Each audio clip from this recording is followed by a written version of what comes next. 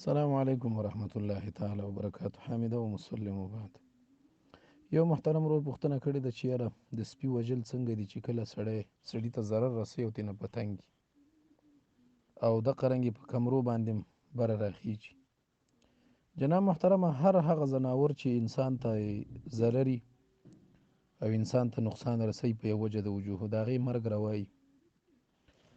دې کې باقاعده طور سره د رسول الله صلی الله علیه وسلم حدیث دی صحیح مسلم کې عن نافع قال عبد الله رضي الله تعالى عنه، عبد الله بن عمر رضي الله عنهما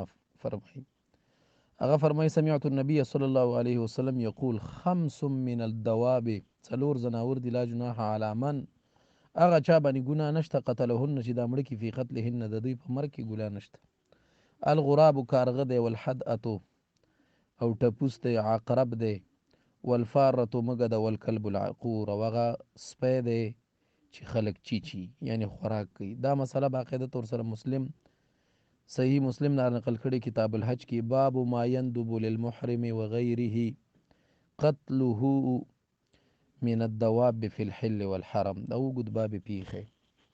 نو دې کې باقاعده طور سره بیا اکمال المعلم نه دا شرح د مسلم چې د اکمال المعلم نو هغې کې باقاعده طور سره پوره تفصیلي ښیی دی. وایي دا رسول الله صلی الله علیه وسلم چې دا ویلي خمسون پنځه، نو دا عادت د دې دپاره نه دی چې دا پنځه دي. وایي هر هغه شی د دې په حکم کې دی چې هغه انسان ته ضرر رسوي، لکه زمری دی، لیوه دی، پسې راتېر شه بل څه شی دی چې انسان ته ضرر رسوي. بس تاسو به ډېر شیان داسې بېمانه مخکې تاسو پیژنئ چې هغه انسان ته ضرر رسوي او په دې یږه ده یا بل شی دی. نو ډېر داسې څیزونه دي چې انسان ته ضرر رسوي او حیوانات دي. او نو بس بالکل د هغې چې په دې باندې پوهېږي چې دا که ما ونه وژه یا ګزار پې ونه کړم ضرر راته رسوي. دا په کمرو باندې راختل او کمرې سوری کول دا هم یو ضرر دی. اوس به یې زه درته وښیم نو بالکل دا کار کېږي.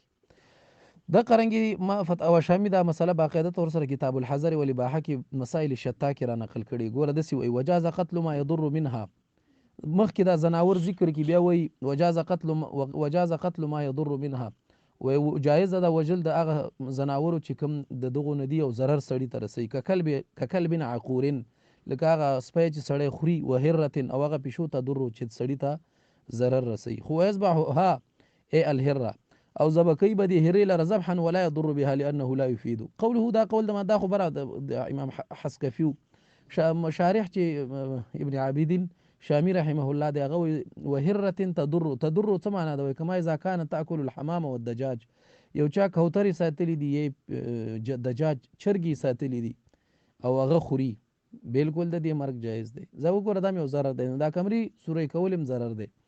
او پاتې شو دا چې یذبحها، نو قانون دا دی په دغه ځناورو کې چې وژنې بیا به په داسې څیز باندې مړ کوې چې هغه شی به لکه دوی ته به پکې ډېر تکلیف او ضرر نه وي. داسې نه چې بس په ملا یې ولې ملا یې ورته ماته کړي او بیا یې نور غم نه کوي، نه بیا به یې وژنې، لکه په ګولۍ به یې ولې یا به یې په چاړه باندې حلالۍ یا به یې په بل داسې تېره څیز باندې وهي چې بس همغه ځکې بیا ساه وځي. دا ګوره ویذبحها ظاهر ان الکلب مثلها تأمل، نو دا دی چې تکلیف به ورته نه رسوي، بیا چې تکلیف ورته ونه رسېږي او نورې وژل جایز دي. السلام علیکم ورحمت